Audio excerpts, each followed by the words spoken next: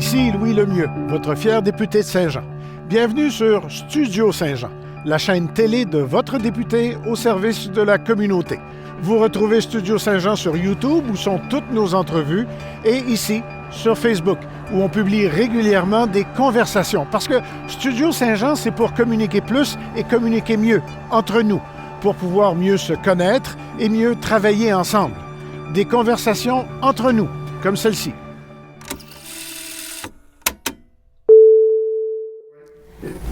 Mesdames, Messieurs, bonjour. Ici Jean Touin de Studio Saint-Jean.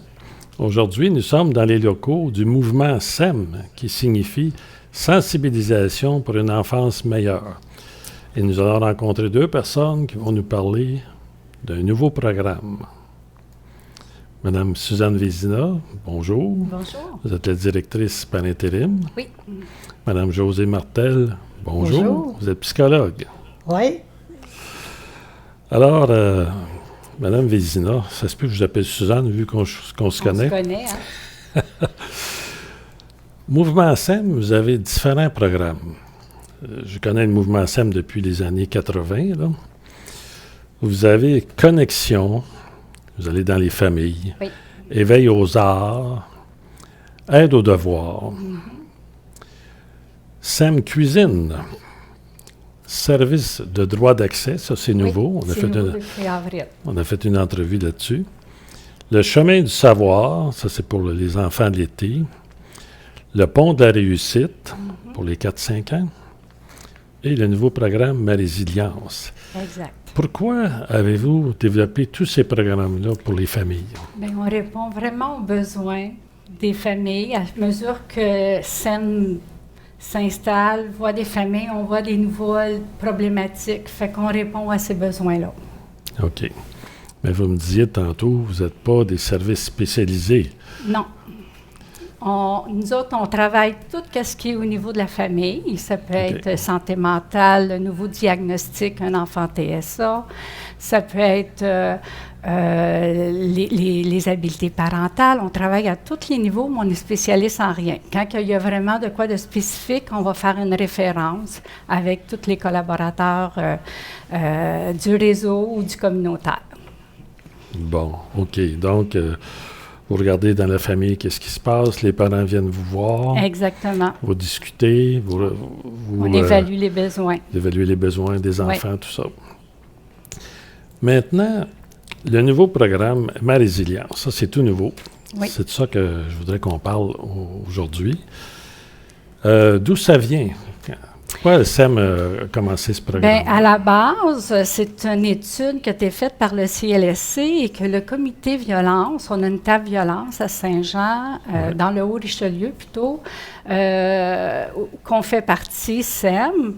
On a travaillé beaucoup avec la collaboration de Josée, puis là, le comité nous a dit, écoute, il faut faire quelque chose, il faut partir quelque chose qui pourrait être à supporter ce projet-là.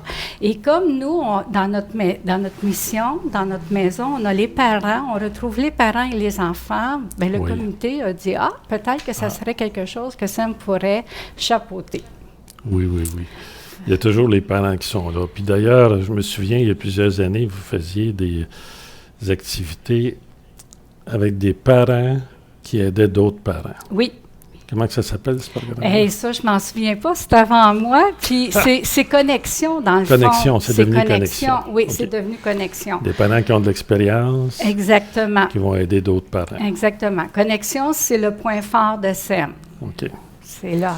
Mais si on revient au programme Ma résilience, vous dites que ça provient d'une recherche. Puis là, je vais m'adresser à Josée, qui est psychologue, qui a travaillé longtemps au CLSC. Oui. Vous avez fait une recherche au CLSC sur la maltraitance. À vrai dire, c'est pas une recherche, c'est une synthèse de recherche. Une synthèse. Dans le sens que ce qu'on a fait, c'est qu'on est allé chercher les différentes recherches qui ont été faites justement sur le sujet de la maltraitance. Dans le sens que c'était d'aller répertorier c'est quoi les meilleures approches ou les meilleures interventions, les meilleures pratiques qu'on appelle en violence pour aider davantage les familles. Parce qu'à un moment donné, On a fait un sondage dans le temps au CLSC et plusieurs intervenants disaient la violence prend de plus en plus de l'importance et on ne sait plus, à un moment donné, comment travailler à la fois la violence physique, la violence sexuelle, travailler la violence conjugale, travailler la violence familiale, travailler mon passé de vie. Comment on fait pour travailler tout ça en même temps? Puis là, c'est là qu'ils se disaient, comment on peut aider les parents à être plus présents auprès de leurs enfants? Dans le fond, vous avez voulu, on pourrait dire, prendre un pas de recul, parce que là, vous étiez dans l'action, l'aide. Prendre un pas de recul, voir c'est quoi les meilleures pratiques. Oui. Puis là, vous avez fait une recherche qui a duré quand même quelques années. Bien, ça a pris 3 ans et demi avant parce qu'on était dégagé que quelques heures par semaine. Puis pour lire tous ces documents-là, parce qu'il y avait des documents qui avaient plusieurs pages, il fallait faire une synthèse. Fait que nous, on a écrit, on a résumé toutes ces 96 recherches-là. Et on a emmené des recommandations en termes, ça serait quoi les meilleures pratiques? Et c'est là qu'on a suggéré certaines pratiques qu'on pourrait mettre en place au CLSC ou même dans le milieu communautaire pour répondre davantage aux besoins de ces familles-là, autant des parents que les enfants et les adolescents. Puis cette recherche-là, ces conclusions-là, ça se retrouve dans un document d'environ 35 pages, là, que vous me parliez Oui, autour tantôt. de 38 pages, 38 exactement. pages. Oui. Puis ça, c'est assez unique au Québec, là. Bien, dans le sens que c'est sûr qu'il y a eu d'autres recherches, c'est sûr, qui étaient faites, Oui. mais que c'était une première fois, en tout cas surtout dans notre réseau, de prendre un temps que des professionnels s'assoient puis qui réfléchissent en termes comment on peut justement rassembler les meilleures pratiques puis comment on peut le diffuser. D'ailleurs, on a organisé 2 journées de diffusion de nos résultats de cette recherche-là. Oui, oui, oui. Parce que, d'ailleurs, c'est là que le milieu local ont tous mentionné.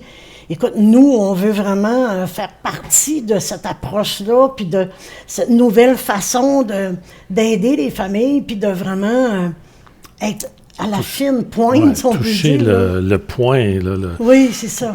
Mais dans le contexte qu'on est, on est en décembre 2021, puis le procès de la belle-mère de la petite fille qui est décédée, la commission Lorrain, tout ça, là, on entend parler de violence, de maltraitance. Je pense que ça arrive à point, ce que vous faites comme programme. Oui. là. Mais d'ailleurs, c'est pour ça que le comité de violence des organismes de la région, du Haut-Richelieu-Rouville, on dit, nous, on a à cœur d'aller plus loin dans nos modèles d'intervention. Et c'est là qu'ils ont interpellé, est-ce qu'il y avait un organisme qui aurait le goût de s'impliquer davantage dans ce type d'approche-là, parce que c'est une approche sensible au trauma, au traumatisme des enfants vécus, que les enfants vivent, que les parents vivent, que les adultes, que les adolescents vivent. Fait que c'est là que la table a demandé, et c'est là que SEM a dit, ben nous, on serait très intéressés à s'impliquer dans ce type Parce que de ce que vous nouveaux avez programmes. découvert, finalement, c'est que c'est difficile pour les parents d'être adéquats pour leurs enfants si eux-mêmes n'ont pas un petit peu réglé le trauma qu'ils ont vécu dans leur enfance. Et ça se reproduit. Alors, comment arrêter cette violence-là, si on peut dire, là? C'est en aidant le parent. Oui. Bien, entre autres, ce que la recherche dit, pas la synthèse de recherche, ce que la synthèse dit, c'est que 2 choses. Premier, c'est qu'il y a un cycle intergénérationnel de la maltraitance qui se répète de génération en génération. Ce que ça dit, c'est un parent qui est blessé, bien, il est en survie. Puis quand il est en survie, il n'est pas totalement disponible à tout ce qui se passe autour de lui. Okay. Donc, ça veut dire qu'il est totalement, submergé par tout ce qu'il peut vivre intérieurement. Le deuxième... Puis des fois, c'est pas toujours conscient. Non. Puis c'est pas volontaire non plus. Pas volontaire. Ça, c'est très, très important. Puis qu'il n'y a aucun jugement, que tout le monde, on est porteur de ça, puis qu'on s'en rend pas compte. OK? Le deuxième élément, qu'est-ce que ça dit? C'est qu'actuellement, les réponses partielles qu'on donne par rapport à la détresse que les parents peuvent vivre, c'est-à-dire, exemple, un suivi à court terme ou un suivi qui est reporté à tous les 2 ans ou tout ça, c'est que ça empêche que le parent puisse vraiment garder toute sa détresse refoulée, puis tous ses traumatismes non réglés. Fait que ça fait que le parent, lui, ben, il garde ça tout le temps, mais ce que ça fait, le parent, lui, essaye de trouver une ressource qui va vraiment lui donner l'aide nécessaire. D'aller en profondeur Oui, dans tout à son C'est ça. traumatisme. Et cette recherche-là disait bien, que c'était important de mettre en place un mode de traitement vraiment plus sur une période de moyen long terme pour permettre de justement travailler, puis aussi donner à ces parents-là des moyens pour travailler leur régulation émotionnelle, que ça mange en hiver, la gestion des émotions, OK, la gestion des résolutions de conflits, d'avoir des bonnes relations avec les autres, avec mon enfant, avec mon conjoint, avec ma famille. C'est tout un enchaînement de comportements de survie qu'on ne se rend pas compte, mais qu'on travaille, puis qu'on prend le temps de nommer, puis surtout de leur dire pourquoi ils réagissent comme ça. Comprendre des choses. Oui, tout à fait. Quand on comprend des choses, Oui. on peut Mettre des s'améliorer. mots, c'est très, très important dans la prise de conscience, puis susciter des changements. Puis là, vous avez fait des groupes de parents, Oui. 2 groupes de parents, 2 groupes d'enfants, que vous travaillez séparément. Oui.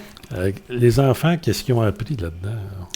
Bien, écoutez, les enfants, c'est sûr que les enfants, ce qu'on fait avec eux, c'est qu'on développe beaucoup la relation avec le jeu, de jouer, d'apprendre en jouant. Parce que les enfants, vous savez, ils apprennent beaucoup, beaucoup de choses à travers le jeu. Donc, c'est une formule qu'on prend avec eux.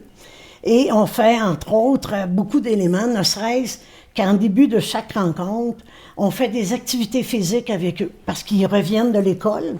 Fait qu'ils viennent de finir l'école. Fait que nous, là, il faut les faire bouger, parce que sinon, être avec nous puis être assis, là, c'est quand même pas si évident pour des enfants entre autres, on a un groupe actuellement de 8-10 ans. Ce qui fait qu'on fait des activités physiques, et après, on a des thèmes précis à chacune des rencontres. OK. Comme sur les peurs, sur les dangers. Exemple, sur l'anxiété. Comment je vis ça, l'anxiété? Premièrement, leur dire c'est quoi de l'anxiété. Oui, de mettre Parce des que- mots. De mettre des mots, puis sur de les mettre choses. des exemples bien, bien terre à terre. OK? Ça fait que là, on leur dit, ben qu'est-ce que tu fais, toi, dans ce temps-là? Fait que là, il y a des jeunes qui nous parlent de la situation qu'ils ont pu vivre à l'école, fait qu'ils font du partage. Fait que les jeunes, ils apprennent avec le temps que chez nous, ils peuvent se permettre de parler ce qu'ils vivent dans leur quotidien, leur peur. Exemple, un jeune nous a parlé de ses cauchemars qu'il vit la nuit. Puis là, il se disait, ben c'est-tu normal? Comme il y a un autre jeune qui nous a dit, ben moi, j'ai mal à la tête en allant à l'école. Comment ça se fait? Fait que là, on l'a fait parler. Puis là, à un moment donné, il s'est dit, ah, c'est à cause de ça. Wow! Fait que comme ça, je suis pas fou. C'est normal. Oui. C'est normal d'avoir peur, c'est normal d'avoir des stress, c'est normal de dire que ce que je vis, ben j'ai un pouvoir dessus. Fait que ça, là, pour cet enfant-là, là, ça a été comme, wow, écoute, je peux faire de quoi avec ça? Juste de dire à son professeur, j'ai mal à la tête en arrivant, il donne le droit à son émotion de vivre ce qu'il vit intérieurement. Juste ça, ça a l'air Partager. peut-être anodin, mais ça donne beaucoup de place qui a le droit d'avoir des émotions. Puis si je passe aux parents maintenant que vous rencontrez, Oui. Écoutez, parents monoparentales ou familles recomposées. oui, tout à fait. On a de tout, parce que ça représente aussi la réalité. Avec les parents, on travaille autrement. Les rencontres de parents durent 2 heures, 2 heures et demie. Oh, c'est OK? long. C'est de 6 heures à 8h30. Parce qu'il y a un volet parental, c'est-à-dire qu'on travaille les habilités parentales, mais il y a un volet qu'on travaille d'abord moi. Moi, quand j'étais jeune, comment ça se passait dans ma famille? Puis là, ils se rendent compte que, hey, je savais pas que ça, c'était de la maltraitance. Je savais pas que ça, c'était de la violence psychologique. Je savais pas que ça, c'était une certaine forme de négligence. La négligence, Oui. On n'est pas là pour juger les parents des parents, au contraire. On est juste là pour prendre conscience. Le modèle que j'ai eu était un modèle que les parents avaient ce qu'ils pouvaient, mais est-ce que moi, je reproduis le même C'est ça modèle? la question. Est-ce que je reproduis ça avec mes enfants? Tout à fait. Et de prendre conscience est-ce que je pourrais agir autrement? Comme exemple, moi, donner un autre exemple. Un parent qui a dit, ben moi, j'ai eu des parents sévères, puis c'est bien correct. Mais sauf que après discussion, on s'est rendu compte, sévère, il y a sévère, mais il y a abus d'autorité. OK? Dans le sens qu'il y a différentes façons d'exercer l'autorité, mais si j'exerce l'autorité d'une façon, tu fais ça, puis tu te fermes la gueule, puis tu t'écrases, là, c'est une autorité abusive. C'est une autorité qui amène que l'enfant a peur. Ah, OK. Puis quand on amène un climat de peur ou d'insécurité, l'enfant va avoir des comportements de survie. Puis l'enfant va aller se réfugier, ou l'enfant va réagir, puis il va s'opposer. C'est ça qui est la limite, dans le fond, d'autorité ou trop d'autorité. Tout à fait. Quand ça amène la crainte, puis que ça fait réagir l'enfant. Et plus l'enfant va grandir dans un milieu d'insécurité, de peur, de menace ou de chantage, plus l'enfant, son cerveau, écoutez, on pourrait en parler longtemps, là, l'impact des peurs sur le cerveau des enfants, ça fait que l'enfant va rester figé. Mais ça fait que l'enfant aussi, toute son émotion reste prise dans son corps, mais là, il va faire des comportements tout croche. Puis il va faire des comportements de survie. Mais c'est là que nous, on essaie d'enseigner à la fois aux parents la raison des comportements dérangeants, puis on enseigne aux enfants comment agir autrement que de réagir ou de surréagir. Puis ça, c'est la psychologie, finalement, qui vient nous enseigner tout ça. Oui, bien, c'est d'utiliser différentes recherches et différents dessins aussi, parce qu'on amène beaucoup des aspects visuels, parce qu'on sait que les gens, quand ils ont les images, leur donnent des aspects concrets de comprendre leur réalité. Tantôt, on disait l'importance de mettre des mots. Et quand les gens comprennent, ben c'est le premier pas pour le processus de changement. Puis ils sont plus satisfaits. Non, mais je parle de psychologie parce qu'il y a une émission de ce temps-là à la télévision que je regarde des fois. Puis c'est un psychologue, puis c'est des couples qui se forment. Si on s'aimait. Si on s'aimait. Oui, je tout à regarde fait. ça. Puis c'est là qu'on voit, les gens découvrent la psychologie, la psychologue, puis ce qu'elle peut faire dans le couple. Puis ils se rendent compte de leur blocage relationnel. Ben oui. Puis pourquoi j'ai peur de telle affaire, puis pourquoi j'ai pas le goût de m'embarquer avec toi, puis pourquoi j'ai des craintes. Bien, c'est tout ça, nous autres aussi, qu'on regarde puis qu'on explore. Avant, ils n'étaient pas conscients de leurs craintes. Puis là, ils peuvent en parler. Moi, je remercie les gens qui participent à ça parce que... Ils aident d'autres à comprendre. Ils aident des autres à comprendre. Oui. Bon, écoutez, je trouve ça super intéressant. Je vous dis bravo. Puis, je ne sais pas...